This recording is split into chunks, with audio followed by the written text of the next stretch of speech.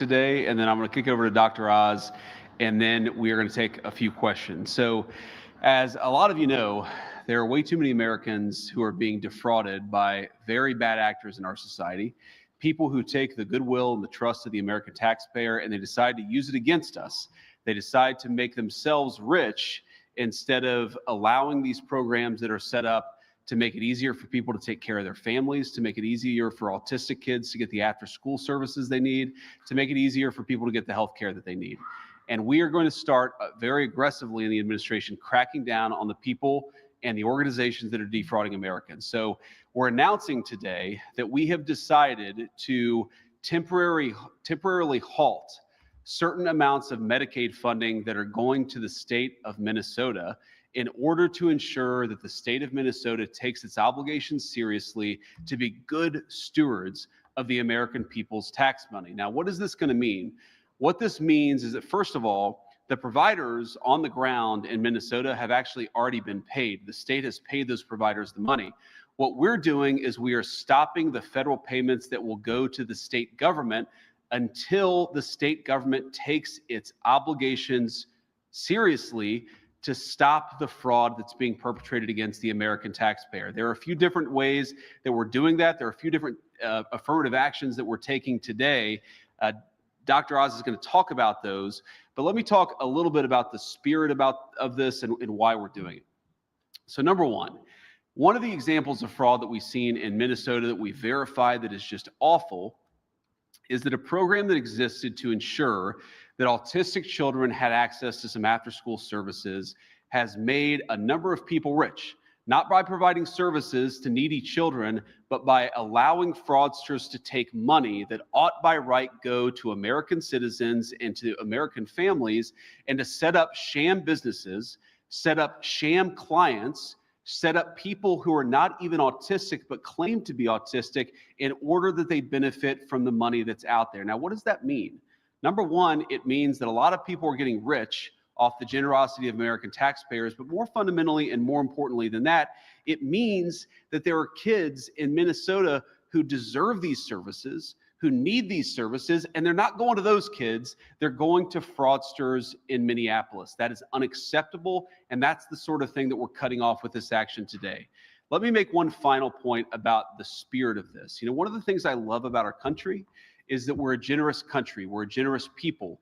We take care of our fellow citizens who can't afford medical care because they're down on their luck. We take care of people who can't afford to put food on the table, even though they work hard and play by the rules. We recognize that we're all in this together, and part of the reason why we have Medicaid, or part of the reason why we have food stamps, part of the reason why we have these programs is we want to make sure that kids who grew up in families not all that different from the family that I grew up in, that they have access to the basic necessities: food, medical care, after-school services when their family needs them, but they're unable to pay. What's happening in Minneapolis, in California, in a number of states all across our country is that the generosity and the good hearts of our fellow Americans are being taken advantage of. We're taking that social contract that says that our American citizens, we take care of one another, and we're allowing a few bad actors to get rich off that generosity of spirit instead of providing the services to the kids who need it. This is disgraceful. It has happened for too long. Far too many people have gotten rich by taking what is the best of the American spirit and getting rich off of it instead of providing services to kids who need it. That is stopping today. We're taking a whole of government approach in the Trump administration to take this fraud seriously. What Mehmet Oz and his team at CMS have done is really remarkable, and it's just the first step of our efforts. So without further ado, let me turn it over to Mehmet to say a few words about what he's doing, what his team has uncovered, and what they're accomplishing with this new action. Dr. Oz. Mr. Vice President, I appreciate the leadership on this. There's no question that his commitment, the Vice President's commitment to rooting out this fraud is going to make a massive difference in preserving and protecting our nation's public health programs. It's going to protect patients. I want to thank President Trump for pushing all of us to make sure we protect our most vulnerable Americans, the ones that JD mentioned, the ones he grew up with, the ones all of us know in our lives. It also protects taxpayers from attacks on our healthcare system. Secretary Kennedy has spearheaded these efforts, and thanks to his leadership, I'm proud to announce the largest fraud initiative, anti-fraud effort of its kind in CMS history. Now, why is this action necessary? Last night in the State of the Union address, the president spoke about the affordability issues that we have improved dramatically in this administration. But let's put some numbers on healthcare. The average family puts about $27,000 in the healthcare a year. They only pay $7,000 themselves, which is a lot, but there's an extra $20,000 invested for them. This is not a reasonable amount of money to spend. We have got to bend that curve downwards. It's unpredictable as well when you have to make these expenses, and the fraud that we're experiencing in America is making this already dangerous problem much worse. So we're going to fix these issues. The president last night spoke about the need for price transparency. That's going to help by making people more aware of what they're paying. It's also going to help us at CMS figure out what you should be paying and identifying fraud. To that note, the president announced last night that he's appointing our vice president to lead the war on healthcare fraud, a wise choice. Your passion for this will make a huge difference. This is not about the money by itself. This is about people's lives and our culture, our shared values that have allowed these beautiful programs, Medicare and Medicaid, to survive brilliantly for 60 years. We believe, listen carefully, we are spending $300 billion a year in healthcare in this country for fraudulent, abusive, or wasteful purposes. $300 billion. Let's put that in perspective. If we could reduce fraud by 5%, which is at $300 billion, we would take the trust fund that's going to take care of all of us as we get older, and we would allow it not to expire in 5 to 6 years. We would double its life expectancy. That's massively important if you're going to trust a social safety net to be there for you. You deserve that social safety net. It's there. It's created. We're not going to let fraudsters steal it from you. The stellar CMS team, I want to call them out. Kim Brandt, who's videoing me over there, Dan Brillman, Capri Snap, Steph Carlton, have worked tirelessly to put this together. They've been rooting out criminals all year long. I know as well what it's like. I visited all these areas, personally witnessed what it's like to see something you know is wrong and wonder why no one tried to fix it. It's infuriating. The vice president described very accurately exactly what you see on the ground. These self-serving scoundrels, that's what they are, who rob our federal and state health programs, have decided it is worth the risk. I'm going to make a proposition to you. If you commit crime on Medicare or Medicaid in America and you steal, let's say, a couple $1 million, your jail sentence, first-time offender, maybe a year. For a lot of folks, that's a good deal. We have to take these crimes seriously and treat them as seriously as if they were bank robberies, because they're more dangerous than bank robberies. People get hurt during them. Let me share some of these horrible stories. The vice president started highlighting autism. Let's get into the details of what's really going on in Minnesota. These are real cases from our group at CMS. These are adjudicated numbers. There's a fraud scheme in Minnesota where criminals, soon to be criminals, pay moms $1,000 roughly in order to enroll their children as being autistic, falsely, dishonestly claiming their children are autistic. They then bill Medicaid, this has already happened, millions of dollars for services that were never rendered, never delivered by a qualified staff member. These schemes disproportionately involve immigrant communities. They're insulated, they're able to organize efforts, and sometimes they don't understand what's going on, and ultimately diverts resources away from kids who truly have autism. Because if every kid in the neighborhood has autism, then nobody has autism in terms of how you can manage them. There was one behavioral, and by the way, these kids, they carry that diagnosis of autism the rest of their lives. Their mom made a bad decision, the kid pays the price for the rest of their life. There's one behavioral health organization, Mr. Vice President, in Minnesota. They received $11.5 million in Medicaid payments, but the top biller submitted 450 days where they claimed they were working more than 24 hours a day. I mean, even in the White House, that's tough. It's hard to work more than 24 hours a day. How it didn't get picked up is shocking to us at CMS. There are other red flags in Minnesota, including hundreds of beneficiaries receiving treatment linked to one location, which was impossible physically to be true. We had 8 beneficiaries in one of these substance use disorder centers, 8 who were already dead.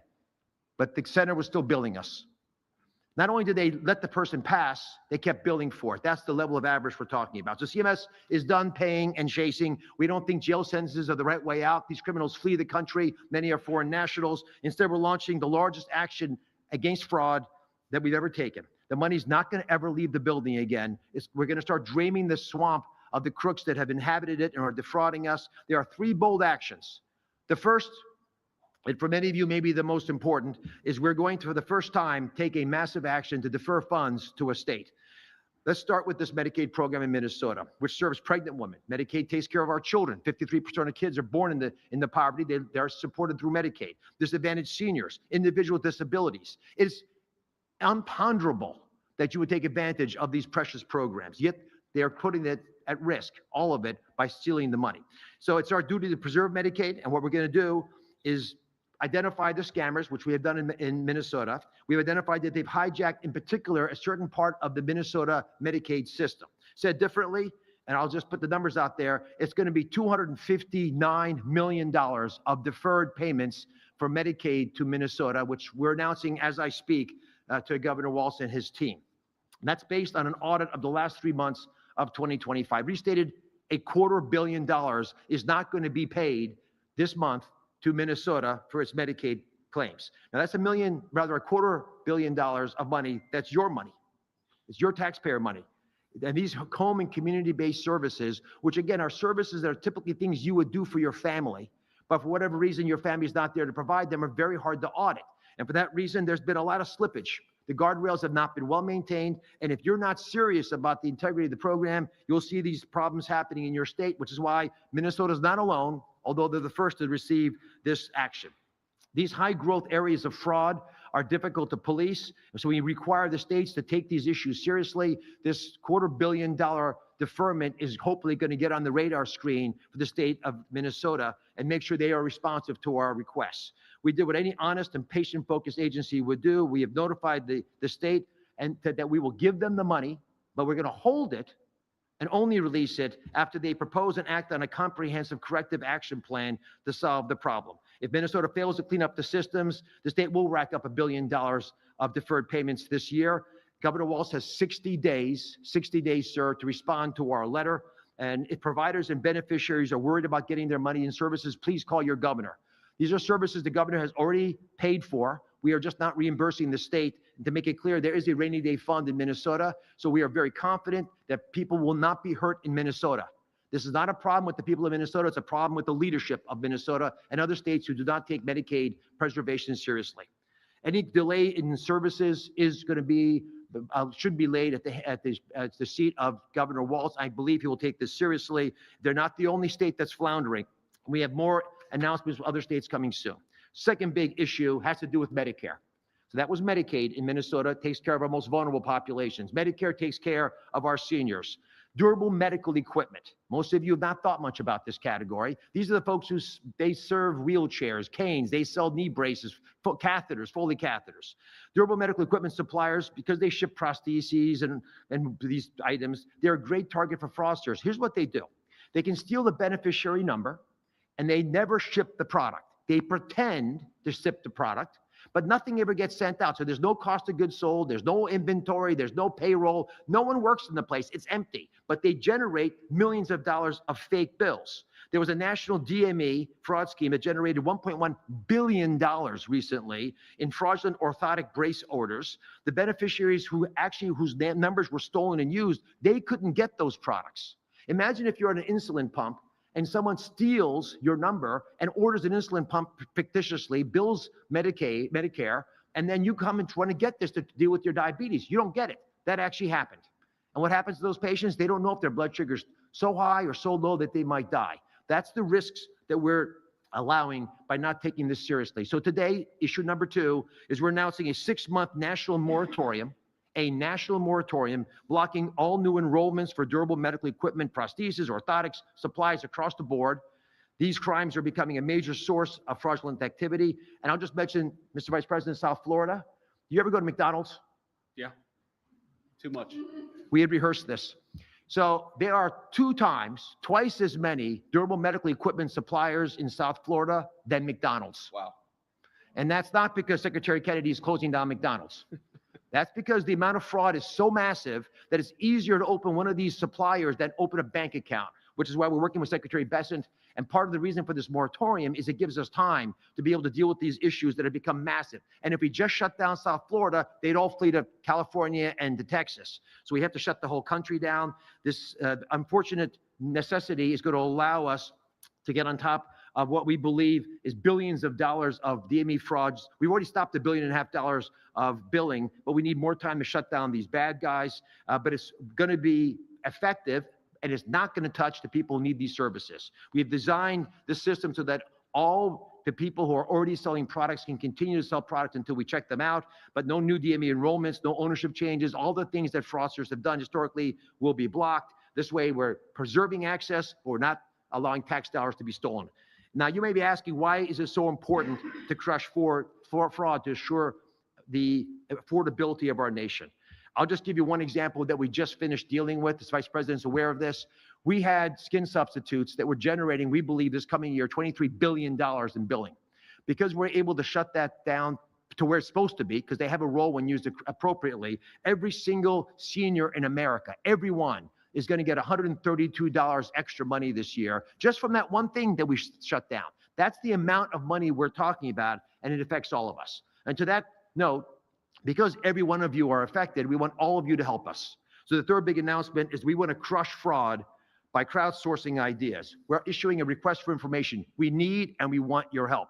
The Vice President, myself, the President, Secretary Kennedy, all of us know that all of us are smarter than any one of us. So what can you do? We want your input on how to prevent, detect, and respond to fraud in government-funded healthcare. Whatever ideas you have, we're interested in. Our goal is to supercharge program integrity over the next 6 months. So we put in a request. That means providers and suppliers and payers and technology companies, patient advocates, beneficiaries. If you see fraud, you let us know. A state Medicaid director can show us patterns of fraud that we're not aware of. A provider can help understand compliance burdens and how to deal with those more effectively. Patient advocate, get cracking on making sure that people are aware of fraud. And like we have done already this year by pulling in those kinds of ideas, we've stopped almost $6 billion from leaving the building, but that leaves a lot more out there that we can take advantage of. So over the next 60 days, the Crush Initiative we just issued is us asking you to help us build something better, to help the brave patriots out there who want to play a role to play a role. Call 1-800-HHS-TIPS if you see fraud, or just go to cms.gov/fraud. Those are simple, easy ways for you to help us address the problems the Vice President highlighted. God bless you all, Mr. Vice President. Thank you. Great job. Very, very, very important initiative, and we'll take a few questions. I didn't expect you to put me on the spot with Bobby Kennedy about my fast food habits, but here we are. Sir in the front. Two things, Mr. Vice President. First, can you talk about the legal authority under which the federal government pauses legally obligated funds under mandatory funding from Congress, such as Medicaid? And secondly, if you can tell us anything you know about the situation off the coast of Cuba, there's a speedboat shot. We've been briefed on that. You know, Americans were killed or injured in it. Yeah, so on the second thing, actually, Marco briefed me about 15 minutes ago on it, but we don't know a whole lot of details, and so I'll defer to the White House to provide more updates as we get them. Certainly, you know, a situation that we're monitoring. Hopefully, it's not as bad as we fear it could be, but can't say more because I just don't know more. On the question of the legal authorities, I mean, inherent in Congress's assigning of the administration, actually, you know, we're the ones who spend this money. Congress appropriates it. We're the ones who actually make sure this goes to the people it ought to go to. And inherent in that is making sure that it only goes to the people that Congress says that it should go to. We shouldn't be sending money to fraudsters. We should not be sending money to companies that are committing mass fraud. We shouldn't be sending money to anybody that's trying to defraud the American taxpayer. So I know, you know, Oz and his team, he's got the best team, I think, in healthcare anywhere in the private or the public sector. It's one of the great things I love about working with Dr. Oz is he's brought great people along with him, and congratulations on this. But I feel quite confident we have the legal authority to do this. And again, I'd reiterate, we don't want to do this. Like, we don't want to be in a situation where the state of Minnesota is being so careless with federal tax dollars that we have to turn the screws on them a little bit so that they take this fraud seriously. You heard Dr. Oz say this. Tim Walz could call him, could call me, could call anybody in the administration, and we've given him 60 days to respond to this. All we need the governor and the administration in Minnesota to do is something quite simple, which is to show that before you give Medicaid funds to somebody, you're taking seriously whether they provided the services that they say that they're providing. And the fact that there are so many people handing out millions and billions of dollars of federal Medicaid money without even confirming that they're doing the thing that they say that they're doing, it's a disgrace. It's a defrauding of the American taxpayer, and we're stopping it. Caitlin. Thank you, Mr. Vice President. Two questions. One, on the 60 days that Governor Walz has to respond, what exactly is the condition that he needs to meet for this funding to be released back to his state? I just wasn't really clear on that. And secondly, on Iran, while you're here, can you explain to the American people why the United States would need to strike Iran to stop them from getting a nuclear weapon if the United States obliterated their enrichment program last summer? Well, I'm not going to make any news on Iran today, Caitlin. I'll let the president make those announcements. As you know, he is sending 2 of his best negotiators to Geneva tomorrow in order to continue to try to strike the best deal possible for the American people. But the principle is very simple. Iran cannot have a nuclear weapon. If they try to rebuild a nuclear weapon, that causes problems for us. And in fact, we've seen evidence that they have tried to do exactly that. So the president sending those negotiators to try to address that problem, as the president has said repeatedly, he wants to address that problem diplomatically, but of course the president has other options as well. On what we need to see from Governor Walz, I'll say something about that briefly and then turn it over to Dr. Oz. Look, it's actually pretty simple. What we want to see from the governor of Minnesota, from the entire administration there in Minnesota, is some affirmative steps to make sure that the people who are billing us for Medicaid services are actually providing those Medicaid services. The main source of fraud, whether it's a small business or a bigger company, is you have people who are billing the government millions, tens of millions, billions of dollars saying that they're providing a service, but there's no actual confirmation. There's no follow-up to ensure that they're actually providing those services. We want to see that follow-up from Minnesota. Dr. Oz maybe can speak to a little bit more about how exactly we want to see that. Let me combine both these questions. So on December the 7th, we sent a letter to Governor Walz asking for a corrective action plan, which is a mechanism for us to extract from the state what they think they can do to fix the problems. The answer we got back at the end of the month, which is what the deadline was inadequate. We alerted them to this. We issued guidance that we were going to defer income based on an audit of last quarter's money. So we actually went dutifully through all of the bills that were sent to us. We found that of these high-risk services, roughly half of them, you really couldn't trust the data we were looking at. It's not that the numbers don't add up. The backup to the numbers is not there. So what do we need to have happen? We need to know that the providers actually are the real providers. Oftentimes, there's no person that you can associate with the treatment itself. We need you, after you adjudicate who these providers are, make sure they're not already in trouble for doing bad stuff, and then evaluate all the current providers to make sure they're supposed to be able to provide these services. And there's a whole slew of tools that we can use, including checking before you pay the bill that the bill is legitimate. That prepayment review is incredibly important. It's cumbersome. It's clunky. We wish we didn't have to do it. But I'm going to highlight something that the Vice President mentioned. These are services that we normally would not pay for. They're services we give to you because your family can't do them for you. If it's a hernia operation, there's a dozen people who have credentials, licensing. We can use a scar.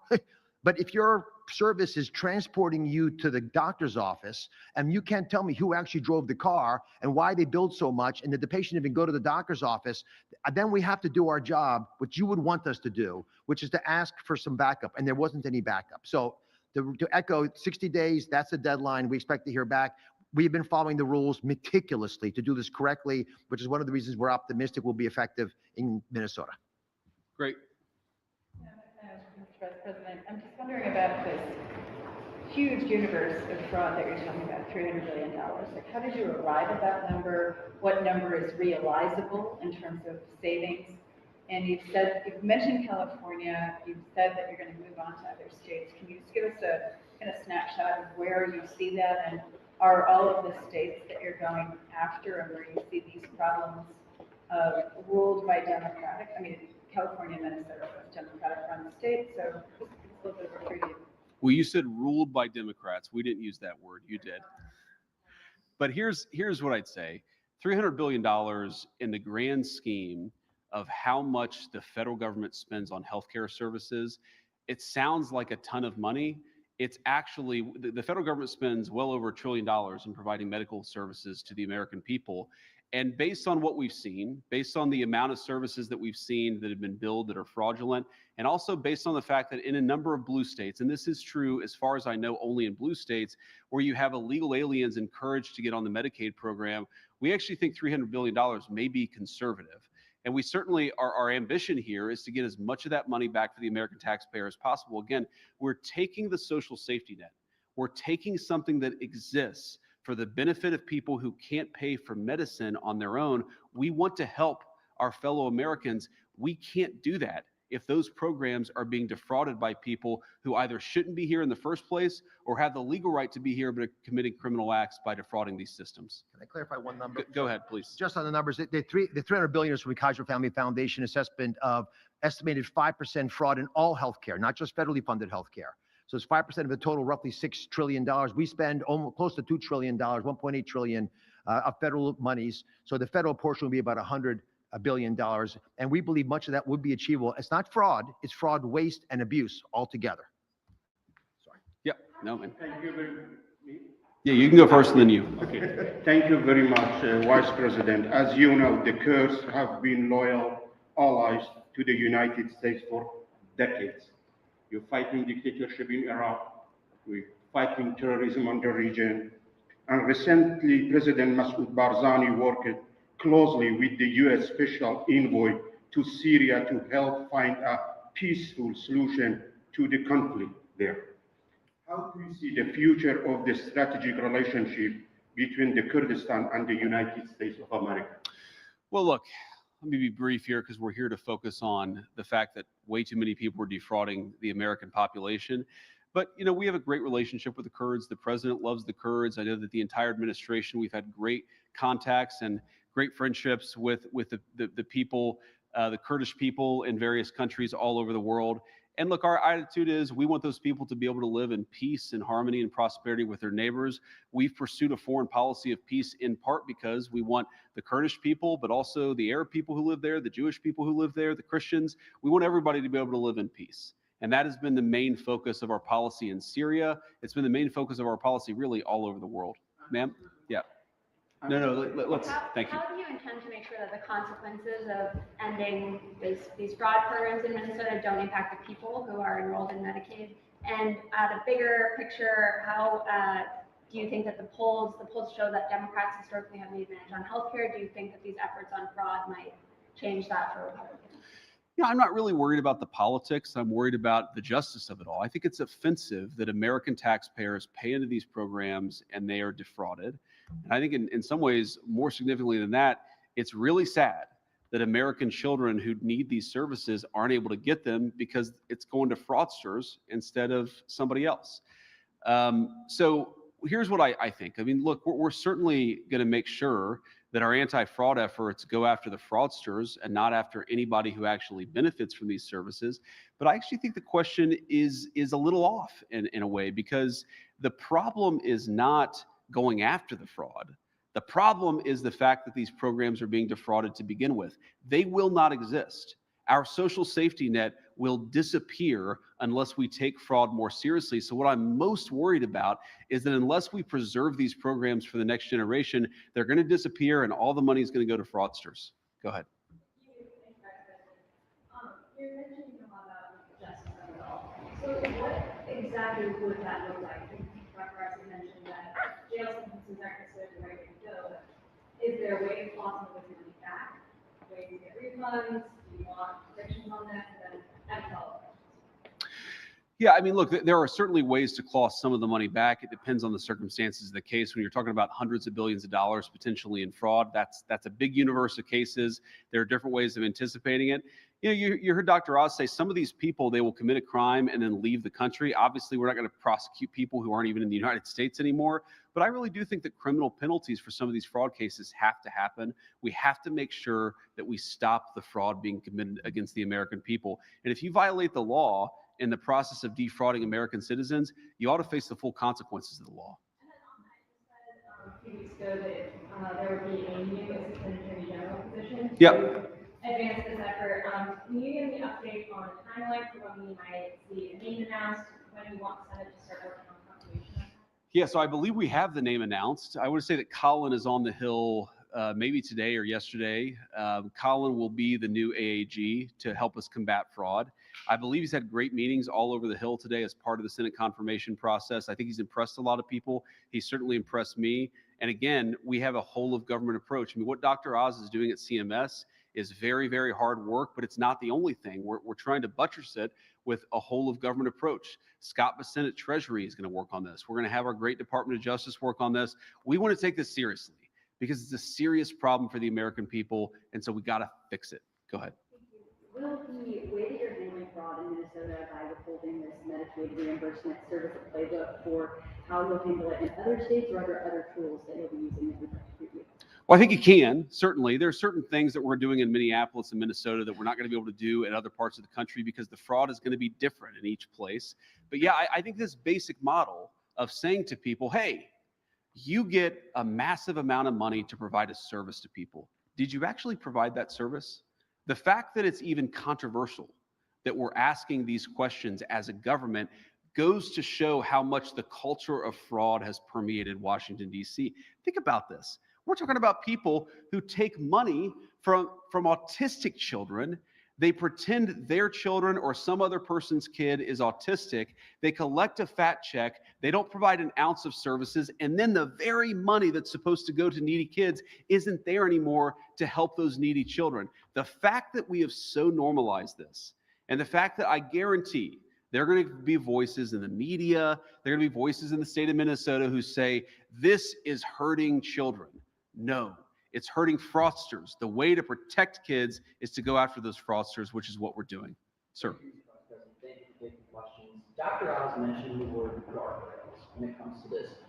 Can we expect the federal government look to implement new guardrails to prevent the normalization of fraud like this from continuing? Do you believe it would be more effective for states that you're investigating to put up guardrails? Do you think that the best way to do it would be a mixture? And what message should a move like this that you're announcing today send to other states that might be under the microscope? I mean, look, we would love to better work with the states here. We need the states to combat this fraud. And frankly, if Minnesota had done a better job of combating the fraud, we would not be here at this press conference today. We'd send out a letter celebrating the fact that Minnesota had worked with us to cut down on some of the fraud. I'll let Dr. Oz speak a little bit more to that question. But look, the best way for this to work would be for the federal government to work with the state governments. We'd love for that to happen. I think you're going to see that in some states, even some blue states, but you're not going to see it in others. The working family tax cut legislation, for the first time in a long time, aligned the president and vice president with the governor so they have the same goal. So we've been talking to the states a lot.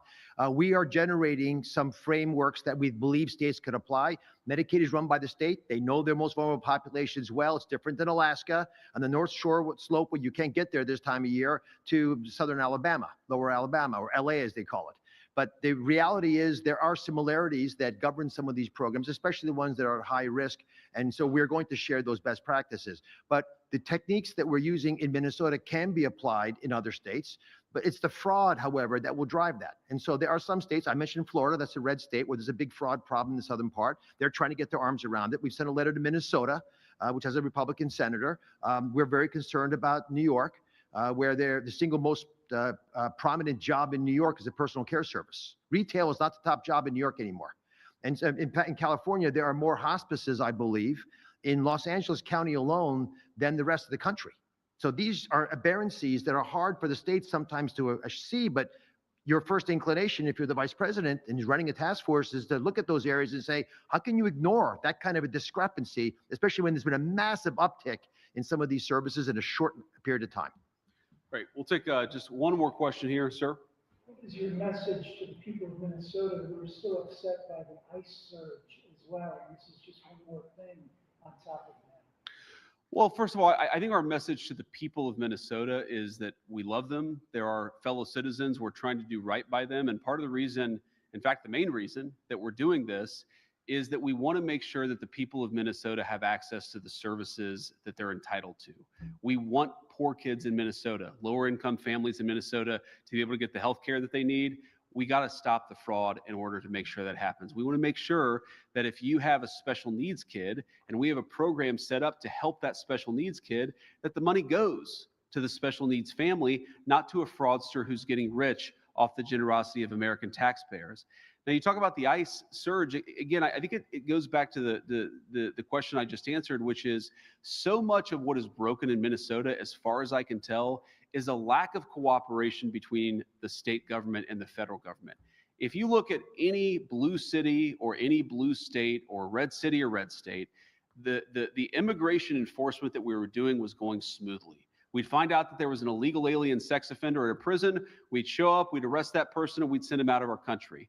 Or maybe that person was a repeat offender and they were out of prison. The local authorities would say, you know what? go and go to this person's address and arrest this guy because we want that violent criminal out of our community. What was so bizarre about Minneapolis is that it was one of the few places in the entire country where they said, no, no, no, we're not going to help the federal government get illegal alien sex traffickers out of our community. We are going to do everything that we can to prevent federal immigration enforcement from happening, even when you're going after the very worst of the very worst. Similarly, I would think that if I was the governor or a leader in Minnesota, I would want the benefits that ought by right to go to needy children. I want them to go to those needy children and not to fraudsters, whether they're from the Somali community or anywhere else. But no, we haven't gotten the cooperation. So what I would say to the people of Minnesota is that we want to do right by you. We think you deserve better public services. We think you deserve to have the benefits that you're actually entitled to. And that's why we're doing this. And we encourage everybody in Minnesota, whatever their political affiliation, to work on the state government a little bit, because if we had some better cooperation, we could have common sense immigration enforcement. We could also have less money going to fraudsters, which I would think would be a bipartisan issue. Thank you all.